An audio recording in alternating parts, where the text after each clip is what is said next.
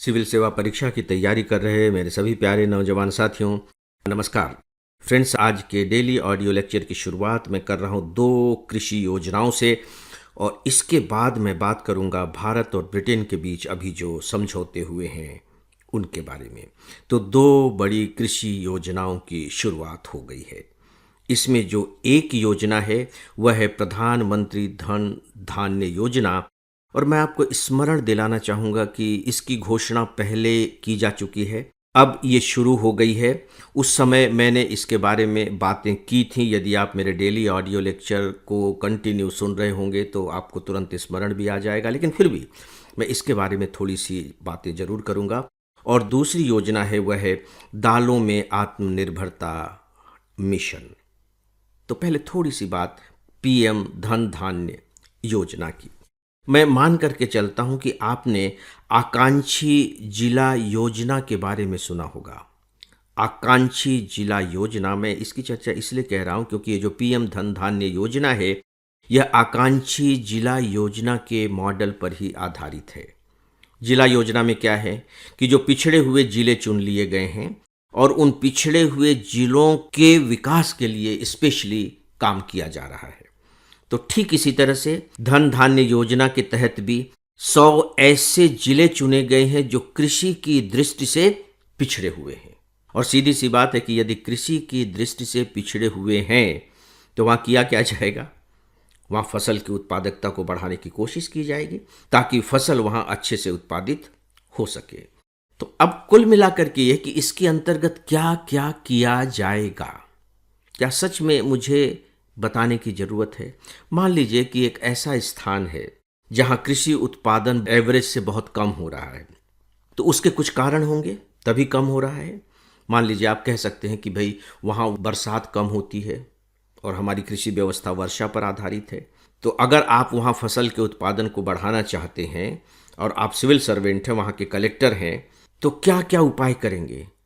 जब आपको पता लगेगा कि यहाँ तो वर्षा कम होती तो कहेंगे भैया सिंचाई की सुविधाएं बढ़ाओ, सिंचाई की व्यवस्था करो, वो आप करने लगेंगे। फिर आप ये देखेंगे कि यहाँ कौन कौन सी फसल बोई जाती है। कहीं ऐसा तो नहीं कि ज़्यादातर फसलें ऐसी हैं जो ज़्यादा पानी की मांग करती हैं, जबकि हमारे यहाँ बहुत सारी ऐसी फसलें हैं जो कम वर्षा में भी हो सकती हैं।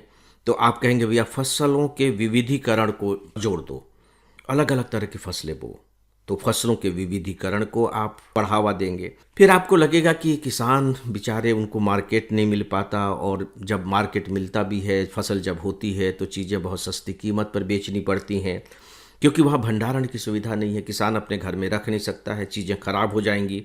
तो आपको लगेगा कि यहाँ भंडारण की भी सुविधाएं बढ़ानी चाहिए।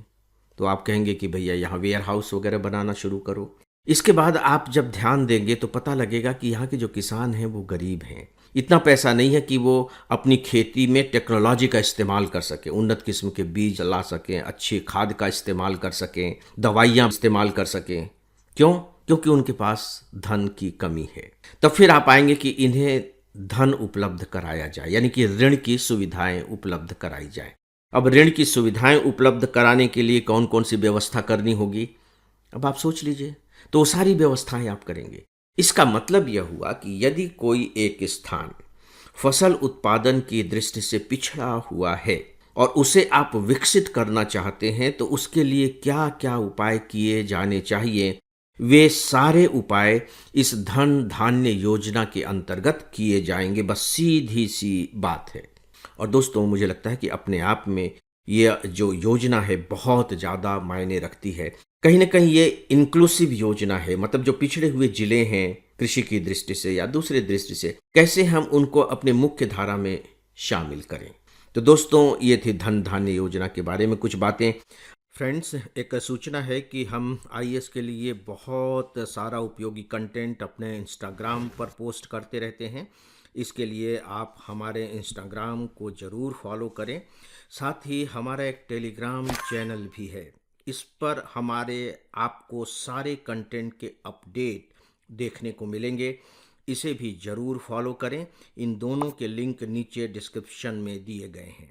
तो दोस्तों, अब जो दूसरी योजना शुरू हुई है वो है दालों में आत्मनिर्भरता मिशन। याद रखिए, ये दालों के बारे में है। आप जानते हैं कि भारत दाल के मामले में आत्मनिर्भर नहीं है। हम बहुत सा दाल आयात करते हैं और हमें विदेशी मुद्रा लगानी पड़ती है।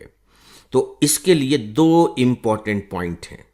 बस मैं दो इम्पॉर्टेंट पॉइंट आपको बताने जा रहा हूं। पहली बात तो यह है कि अभी जो हमारे दाल का उत्पादन है वो लगभग 250 लाख टन है। मैं एग्जैक्ट डेटा पर नहीं जा रहा हूं, लगभग शब्द का इस्तेमाल करके आप 250 लाख टन कह सकते हैं अभी, यानी कि 2025 में। 5 सालों के अंदर यानी कि 2030-31 के वर्ष तक इस 250 को बढ़ाकर 350 करने का लक्ष्य रखा गया है। यह है मिशन का उद्देश्य, यानी कि लगभग 40% की बढ़ोतरी दाल के उत्पादन में की जानी है। तो इसके लिए सरकार क्या करेगी? दो सबसे महत्वपूर्ण कदम हैं और दोनों बहुत ही प्रभावशाली सिद्ध हो सकते हैं। पहली बात तो यह है कि किसानों को फ्री बीज किट और दालों के प्रमाणित बीज दिए जाएंगे। जब उन्हें प्रमाणित बीज दिए जाएंगे यानी कि उच्च उत्पादन क्षमता वाले बीज दिए जाएंगे, तो स्वाभाविक तौर पर हमें उम्मीद करनी चाहिए कि जो प्रति एकड़ जो उत्पादकता है वह बढ़ेगी, एवरेज बेहतर होगा। एवरेज बेहतर होने से फायदा ये होगा कि मान लीजिए कि टोटल रकबा नहीं बढ़ा, दाल उतनी ही जमीन पर बोई गई जितनी जमीन पर अभी बोई जाती है, लेकिन यदि बीज अच्छे हैं तो सीधी सी बात है कि उत्पादन बढ़ जाएगा। दूसरी बात, दालों के बारे में अक्सर ये कहा जाता है, तिलहन के बारे में भी ये बात कही जाती है कि सरकार ने इसके एमएसपी का बहुत अच्छा निर्धारण नहीं किया है। किसानों को बहुत ज़्यादा इससे फ़ायदा नहीं होता है, इसलिए वो इतने ज़्यादा इनका उत्पादन नहीं करते। तो सरकार ने ये कहा है कि तुअर, जिसे किसी किसी स्थान पर अरहर भी कहा जाता है, तुअर, उड़द और मसूर, इन तीन का जितना भी उत्पादन होगा 100% सरकार खरीदी एमएसपी पर करेगी। और ऐसा सरकार 4 साल तक करेगी, तो 2030 तक का लक्ष्य है। तो 4 साल तक सरकार 100% एमएसपी पर इसकी खरीदी करेगी, यानी कि किसानों को इसकी बिक्री के लिए भटकना नहीं पड़ेगा और न ही बाजार की कीमत पर निर्भर रहना पड़ेगा। और जब किसान इस मामले में थोड़े से इंश्योर हो जाएंगे कि नहीं, उनका पूरा माल अच्छी कीमत पर बिक जाएगा उत्पादन, तो डेफिनेटली वो इसके लिए प्रोत्साहित होंगे। तो दोस्तों, ये बहुत और बहुत महत्वपूर्ण योजनाएं हैं। केवल देश की अर्थव्यवस्था की दृष्टि से ही नहीं, वो तो है ही हैं, बल्कि सिविल सर्विस एग्जामिनेशन की दृष्टि से भी। अब जो दूसरी खबर है वो भारत और ब्रिटेन के बीच जो समझौता अभी हुआ है उससे संबंधित खबर है। आपको मालूम है कि ब्रिटेन के जो प्रधानमंत्री हैं स्टारमर साहब, वो हमारे देश में आए थे। दोनों देशों के बीच बातचीत हुई, बहुत अच्छी बातचीत हुई और कुछ समझौते हुए हैं जो बहुत इंपॉर्टेंट समझौते हुए हैं। जो बातें हैं परीक्षा की दृष्टि से, केवल मैं उन्हें आपके सामने रखने जा रहा हूँ। दोस्तों, जिसे सबसे ज़्यादा हाईलाइट किया गया है वो ये है कि ब्रिटेन से light weight multi role missile, light weight यानी कि हल्के वजन वाली, केवल 13 किलोग्राम इसका वजन है, light weight multi role missile. Multi role missile का मतलब है जो एक साथ कई तरह की भूमिकाएं करेगा। तो मिसाइल किस तरह की भूमिका कर सकता है? यह हवा से सतह पे मार कर सकता है, हवा से हवा पर मार कर सकता है, सतह से हवा पर मार कर सकता है और सतह से सतह पर मार कर सकता है। तो ये हो गया मल्टी रोल मिसाइल। इसका सौदा हुआ है। इसका जो नाम है बड़ा इंटरेस्टिंग है। इसका नाम है मार्टलेट। मार्टलेट। अब आपको लगेगा कि मार्टलेट क्या है। इसका जो नाम है वो पौराणिक मार्टले पक्षी के नाम पर रखा गया है। पौराणिक पक्षी है और इस पक्षी की सबसे बड़ी विशेषता यह है कि ये कभी आराम ही नहीं करता। इसका मतलब है कि ये मिसाइल कभी आराम नहीं करेगा। तो दोस्तों, यह था सबसे महत्वपूर्ण समझौता जो प्री एग्जामिनेशन की दृष्टि से बहुत इंपॉर्टेंट है। और जो दूसरा समझौता है वो है कि ब्रिटेन भारत में अपने यहाँ की 9 यूनिवर्सिटी के कैंपस खोलेगी। दूसरा यह है कि हमारी वायुसेना के जो फ्लाइंग प्रशिक्षक हैं वो ब्रिटेन की रॉयल एयरफोर्स में ट्रेनर के रूप में काम करेंगे।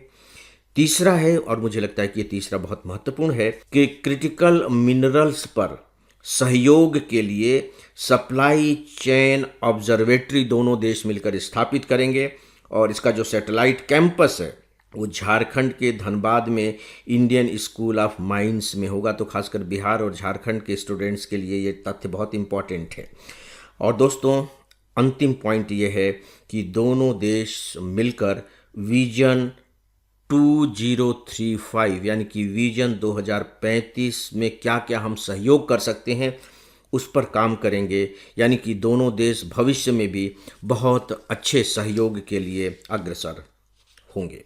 अंत में इसी से जुड़ी हुई एक बात आपको और बता दूं कि भारत और ब्रिटेन के बीच में फ्री ट्रेड एग्रीमेंट हो चुका है।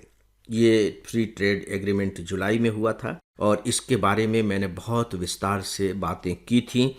आपको एक बार फिर से फ्री ट्रेड एग्रीमेंट के बारे में जान लेना चाहिए कि उस एग्रीमेंट में किस किस तरह की व्यवस्थाएं की गई हैं और दोनों देशों को कैसे उससे लाभ होगा और खासकर भारत को उससे क्या क्या लाभ मिल सकता है।